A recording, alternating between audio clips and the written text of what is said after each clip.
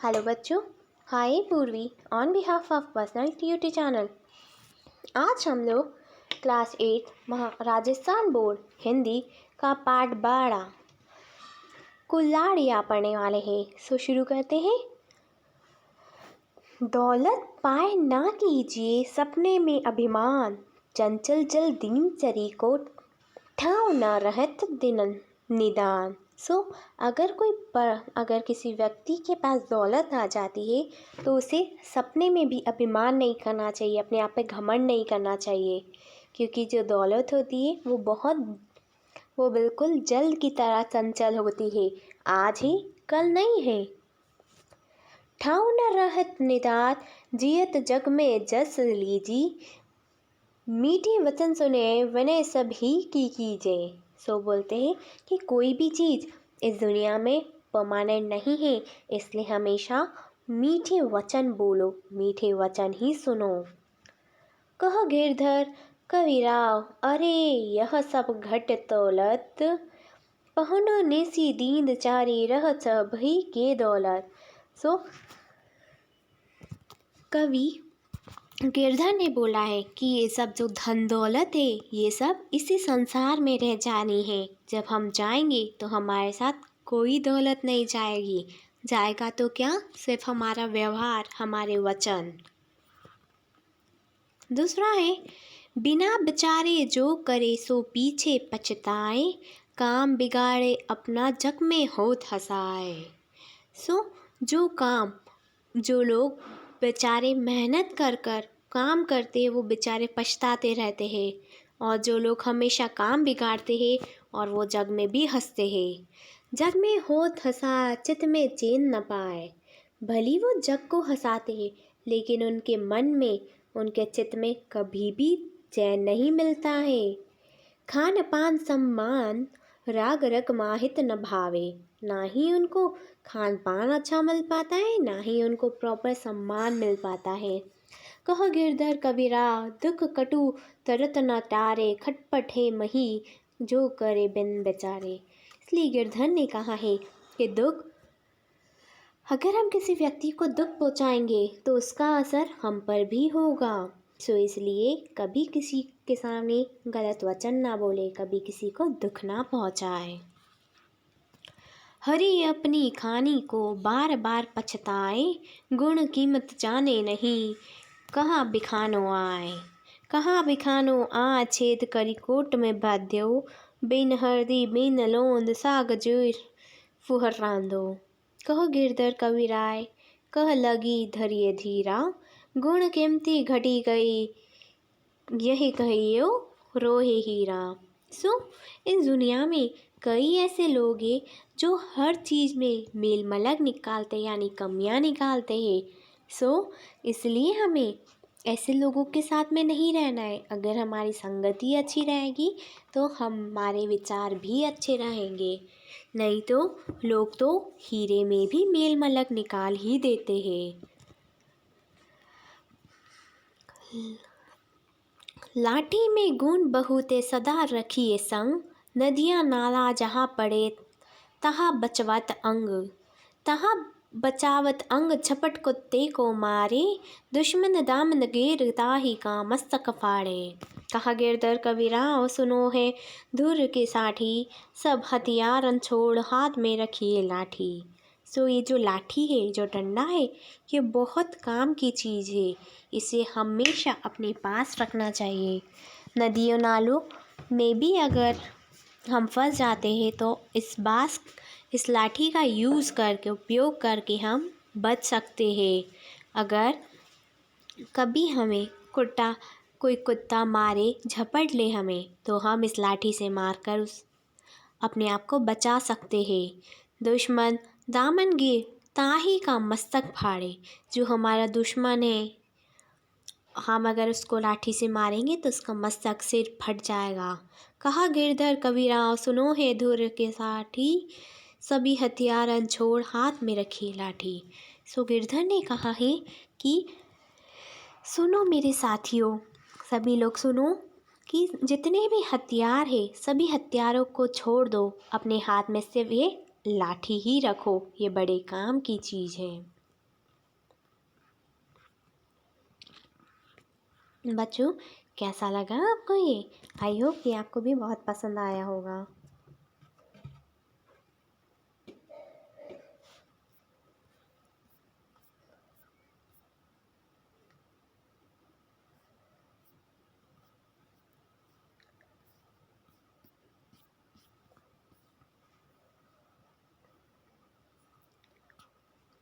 Hello बच्चों, हाय पूर्वी on behalf of personal tutor channel. आज हम लोग क्लास 8 राजस्थान बोर्ड हिंदी का पार्ट 10 सुभाष चंद्र बोस का पत्र पढ़ने वाले हैं। तो चलो देखते हैं कि सुभाष चंद्र बोस ने अपने पत्र में क्या लिखा था। प्रिय श्री केलकर, मैं पिछले कुछ महीनों से आपको पत्र लिखने की सोच रहा था, जिसका कारण केवल यह रहा कि आप तक एक ऐसी जानकारी पहुंचा दूं जिसमें आपको दिलचस्पी होगी। डॉक्टर सुभाष चंद्र बोस अपने पत्र में लिखते हैं कि मैं कई महीनों से पत्र लिखने का सोच तो रहा था, लेकिन मैं लिख ही नहीं पा रहा था। आज समय मिला है तो लिख दूं। ऐसा पत्र लिखो जिसमें आपको दिलचस्पी है, आपको इंटरेस्ट आए। मैं नहीं जानता कि आपको मालूम है या नहीं कि यहाँ गत जनवरी से कारावास में हूँ। तो लिखते हैं कि आपको पता भी है कि नहीं, मुझे ये भी नहीं पता। पिछले साल जनवरी से मैं कारावास में हूँ, यानी जेल में हूँ। जब बरहमपुर जेल यानी बंगाल से मुझे मांडले जेल के लिए स्थानांतरण का आदेश मिला था, तब मुझे यह स्मरण नहीं आया था कि लोकमान्य तिलक ने अपने कारावास काल का अधिकांश भाग मांडले जेल में ही गुजारा था। बोलते हैं कि जब मेरा स्थानांतरण यानी ट्रांसफ़र हुआ, यानी दूसरे जेल में भेजा गया, तब मुझे ये याद ही नहीं आया कि लोकमान्य तिलक ने अपना अधिकांश भाग इस कारावास में गुजारा है। इस चार दीवारी में यहाँ के बहुत ही हतोत्साहिक पर देने वाले परिवेश में स्वर्गीय लोकमान्य ने अपने सुप्रसिद्ध गीता भाष्य ग्रंथ का प्रणयन किया था, जिसने मेरी नम्र राय में उन्हें शंकर और रामानुज जैसे प्रखंड भाष्यकारों की श्रेणी में स्थापित कर दिया है। जेल में के जिस वार्ड में लोकमान्य रहते थे वह आज तक सुरक्षित है, यानी उस वार्ड को आज भी संभाल कर रखा गया है। यद्यपि उसमें फेर बदल दिया गया है और उसे बड़ा बना दिया गया है। हमारे अपनी जेल के वार्ड की तरह वह लकड़ी के तख्तों से बना है, जिसमें गर्मी में लू, धूप से, वर्षा में पानी से, शीत ऋतु में सर्दी से तथा सभी ऋतुओं में धूल भरी हवाओं से बचाव नहीं हो पाता। मेरे यहाँ पहुँचने के कुछ ही क्षण बाद मुझे उस वार्ड का परिचय दिया गया। मुझे यह बात अच्छी नहीं लग रही थी कि मुझे भारत के निष्कासित कर दिया गया है, लेकिन मैंने भगवान को धन्यवाद दिया कि मांडले ने अपनी मातृभूमि और स्वदेश से बल्लात अनुपस्थिति के बावजूद मुझे पवित्र स्मृति राहत और प्रेरणा देगी। अन्य जेलों की तरह यह भी एक ऐसा तीर्थ स्थल है जहां भारत का एक महानतम सपूत लगातार 6 साल तक रहा था।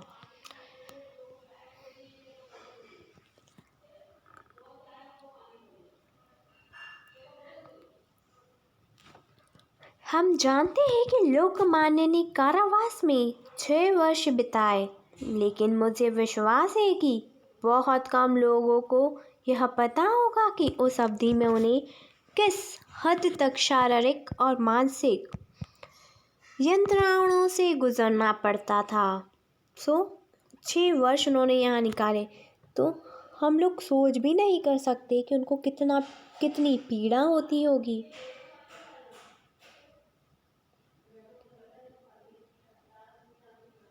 वे यहाँ एकदम अकेले रहे और उन्हें कोई बौद्धिक स्तर का साथी नहीं मिला। मुझे विश्वास है कि उन्हें किसी अन्य बंदी से मिलने जुलने नहीं दिया जाता था। उन्हें सांत्वना देने वाली एकमात्र वस्तु किताबें थी और वे एक कमरे में एकदम एकाकी रहते थे। यहाँ रहते हुए उन्हें 2-3 भेंटों से अधिक का मौका नहीं दिया गया और वे भेंट भी पुलिस और जेल अधिकारियों की उपस्थिति में ही हुई होगी, जिससे वे कभी भी खुलकर और हार्दिकता से बात नहीं कर पाए होंगे। उन तक कोई भी अखबार नहीं पहुंचने दिया जाता था।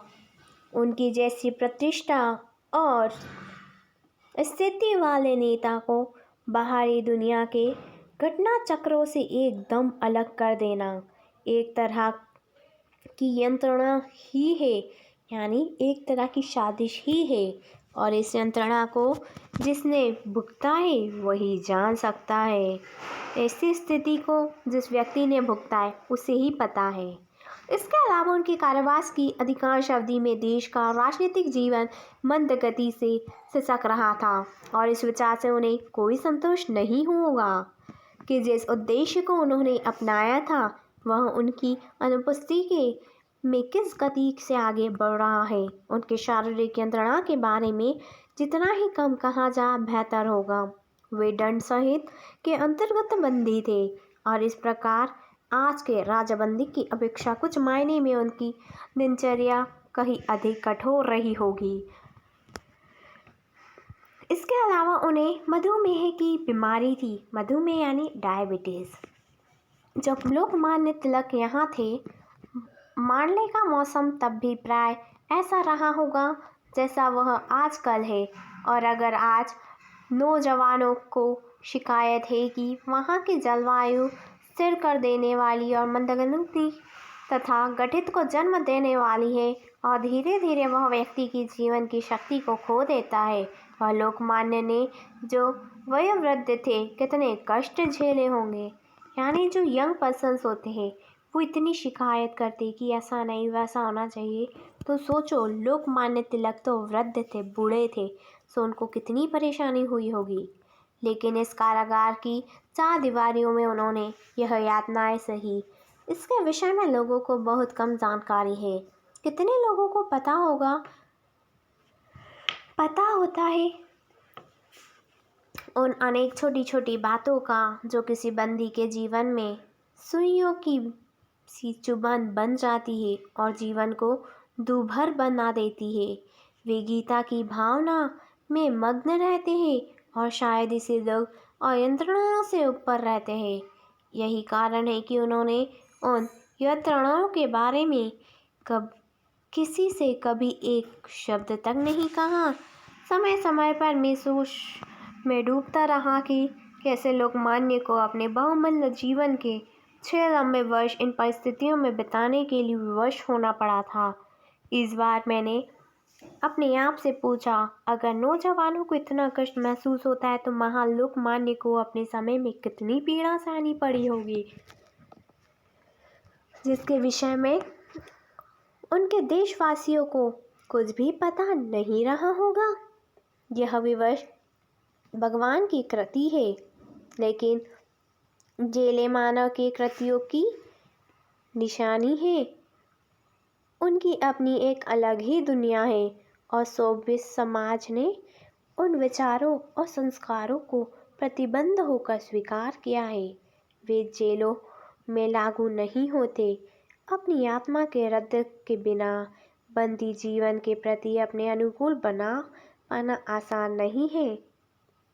इसके लिए हमें पिछली आदतें छोड़नी पड़ती है और फिर भी स्वास्थ्य और स्फूर्ति बनाए रखनी होती है।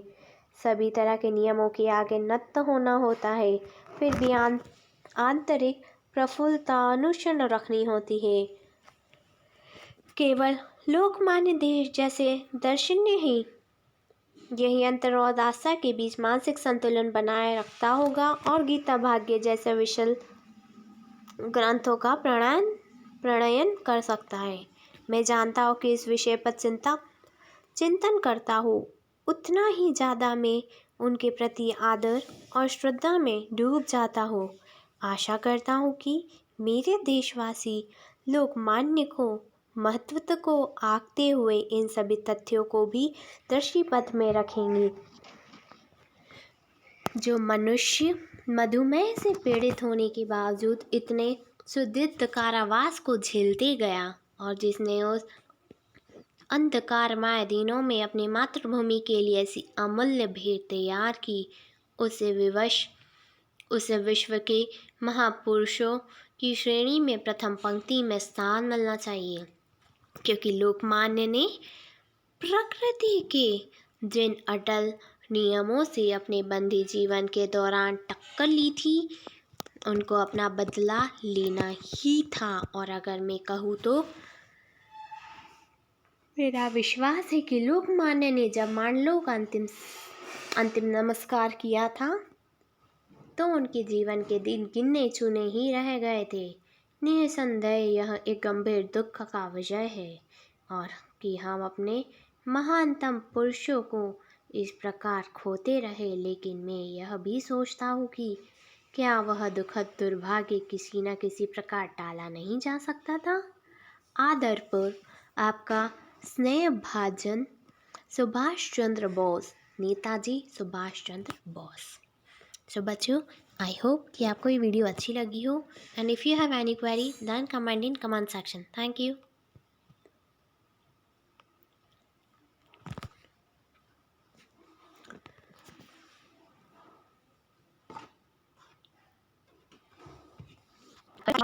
हिंदी का पाठ 7 भक्ति पदावली पढ़ने वाले हैं, सो शुरू करते हैं।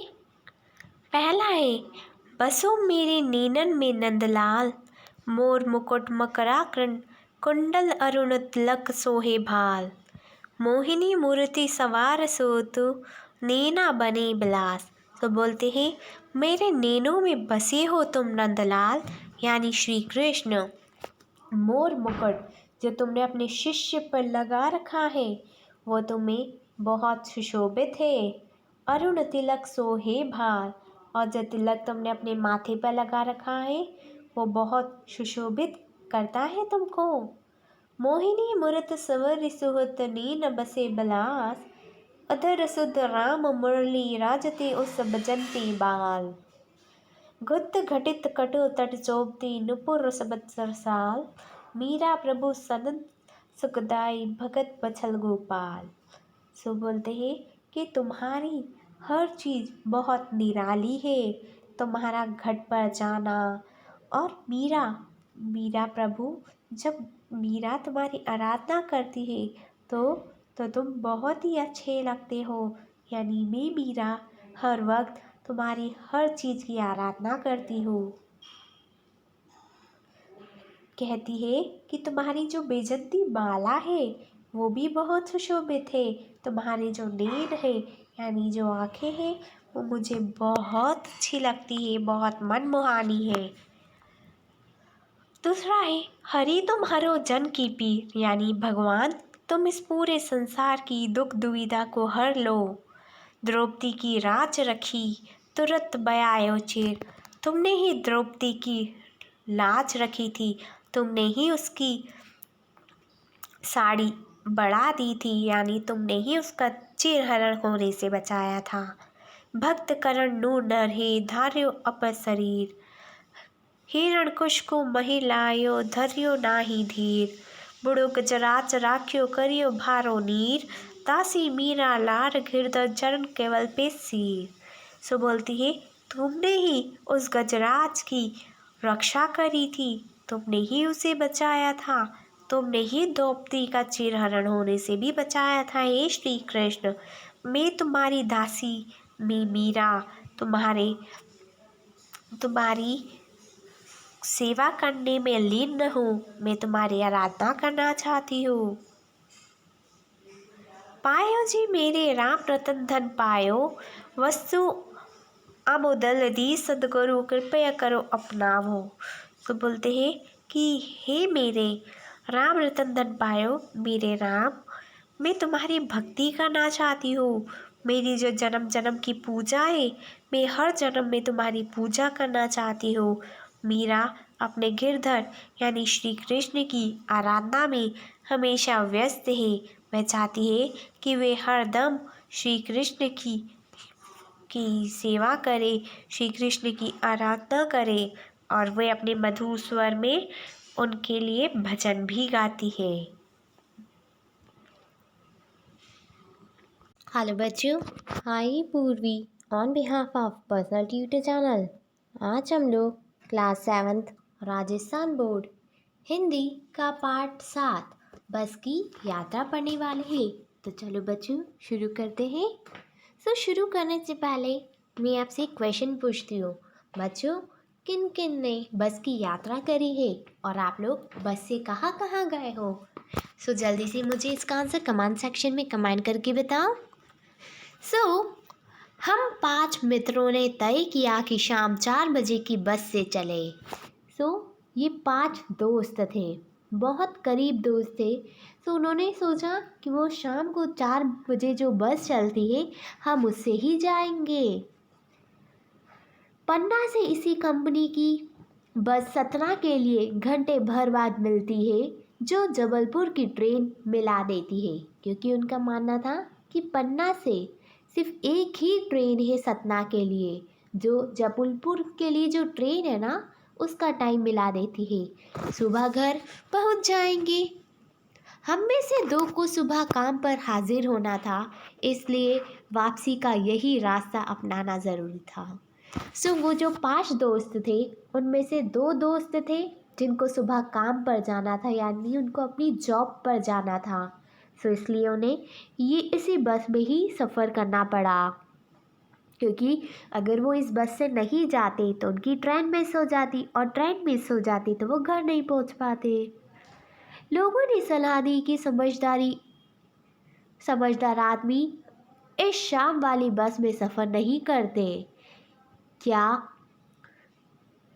रास्ते में डाकू मिलते हैं? नहीं, बस डाकिन है। वहाँ पर जितने भी लोग थे वो सब सलाह देने लगे इन 5 मित्रों को कि जितने भी समझदार लोग हैं वो इस शाम वाली बस में सफ़र नहीं करते। तो वो दोस्त पूछते हैं, क्या ये बस डाकू है? तो बोलते नहीं, ये बस डाकिन है। बस को देखा तो श्रद्धा उमड़ पड़ी, खूब वयोवृद्ध थी। बस जो थी बहुत पुरानी हो गई थी, सदियों के अनुभव के निशान लिए हुई थी। लोग इसलिए इससे सफ़र नहीं करना चाहते थे कि वृद्धावस्था में इसे कष्ट होगा। लोगों का ऐसा मानना था कि बस बूढ़ी हो गई है और अगर हम इस बस में सफ़र करेंगे तो इस बस को ही कष्ट होगा, दर्द होगा। यह बस पूजा के योग्य थी। उस पर सवार कैसे हुआ जा सकता है? बस कंपनी के एक हिस्सेदार भी उसी बस से जा रहे थे। हमने उनसे पूछा, यह बस चलती भी है? वह बोले, चलती क्यों नहीं है जी, अभी चलेगी। हमने कहा, वही तो हम देखना चाहते हैं, अपने आप चलती है या? हाँ जी, और कैसे चलेगी? गजब हो गया, ऐसी बस अपने आप चलती है। हम आगा पीछा करने लगे। डॉक्टर मित्र ने कहा, डरो मत, चलो, नई नवेली बसों से ज़्यादा विश्वसनीय है, हमें बेटों की तरह प्यार से गोद में लेकर चलेगी। उस बस कंपनी का एक हिस्सेदार, एक कंडक्टर उसी बस में था। बोलते कि बस की तो ऐसी हालत है, अब क्या बस चल पाएगी? यानी वो जो बस है बहुत पुरानी है, तो लोग उनको आशंका है, उनको डाउट है कि ये बस चल भी पाएगी। हम बैठ गए। जो छोड़ने आए थे वे इस तरह देख रहे जैसे अंतिम विदा दे रहे हैं। उनकी आंखें कह रही है, आना जाना तो लगा ही रहता है, आया है सो जाएगा। राजा रंग फकीर, आदमी को कुछ करने के लिए एक निमित्त चाहिए। इंजन सचमुच स्टार्ट हो गया, ऐसा जैसे सारी बस ही इंजन है और हम इंजन के भीतर बैठे हैं। कांच बहुत कम बचे थे। जो बचे थे उनसे हमें बचना था। हम फौरन खिड़की से दूर सरक गए। इंजन चल रहा था। हमें लग रहा था कि हमारी सीट के नीचे ही इंजन है। बस सचमुच चल पड़ी और हमें लगा कि यह गांधी जी के असहयोग और सविनय अवज्ञा आंदोलनों के वक्त अवश्य जवान रही होगी। उसे ट्रेनिंग मिल चुकी थी। हर हिस्सा दूसरे से असहयोग कर रहा था। पूरी बस सविनय अवज्ञा आंदोलन के दौर से गुजर रही थी। यानी पूरी बस की हालत बहुत खराब थी। सीट की बॉडी से असहयोग चल रहा था।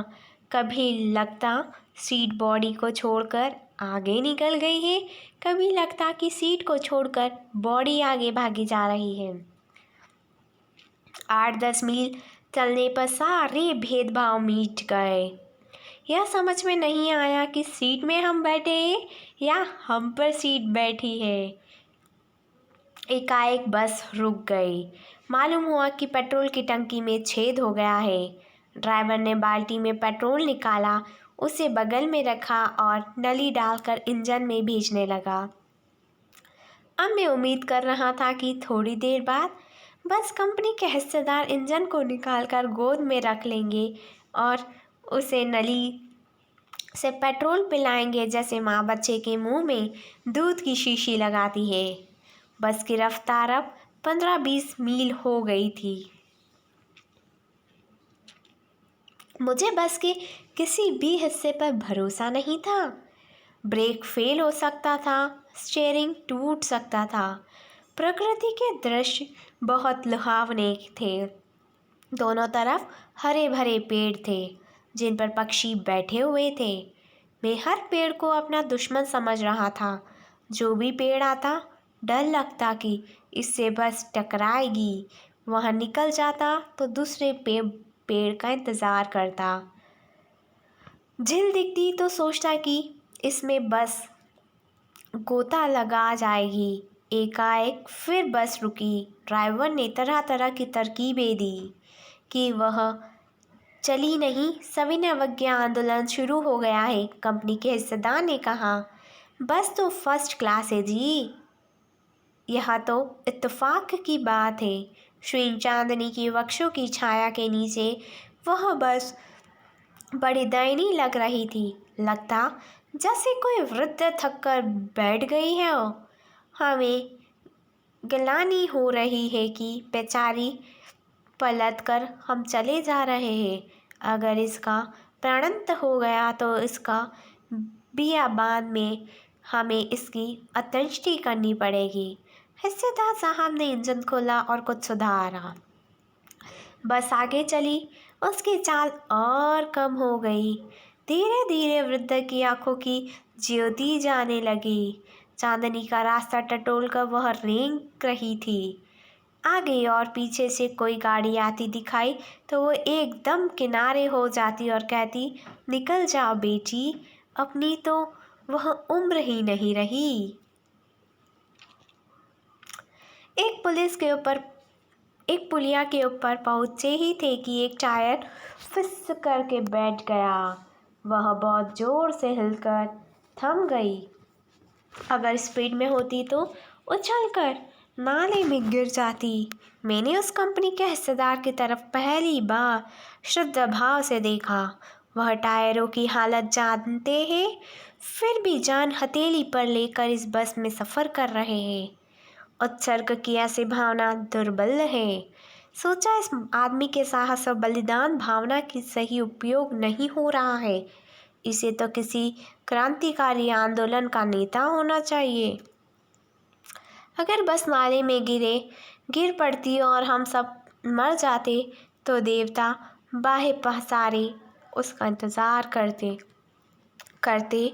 वह महान आदमी आ गया है जिसने एक टायर के लिए प्राण दे दिए। मर गया पर टायर नहीं बदला। दूसरा घिसा टायर लगाकर बस फिर चली।